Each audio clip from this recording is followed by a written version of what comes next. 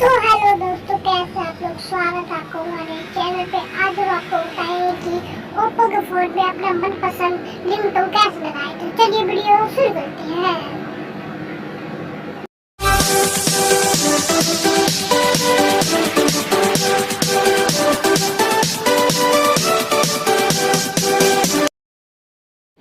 सबसे पहले आपको अपना सेटिंग में आ जाना है। उसके बाद यहाँ पर स्क्रॉल डाउन करना है। उसके बाद यहाँ पे एक ऑप्शन मिलेगा साउंड एंड वाइब्रेशन पे क्लिक करना है। उसके बाद यहाँ नीचे आपको दिखेगा रिंगटोन, उसके बाद हमें रिंगटोन पे क्लिक करना है। उसके बाद यहाँ सेलेक्ट होम फाइल, उसके बाद हमें क्लिक करना है। उसके बाद हमारा जहाँ पे भी रिंगटोन हो, मतलब जहाँ पे भी रिंगटोन हो उसे हमें सेलेक्ट कर लेना है। मैं सेलेक्ट कर लेता हूँ यहाँ से।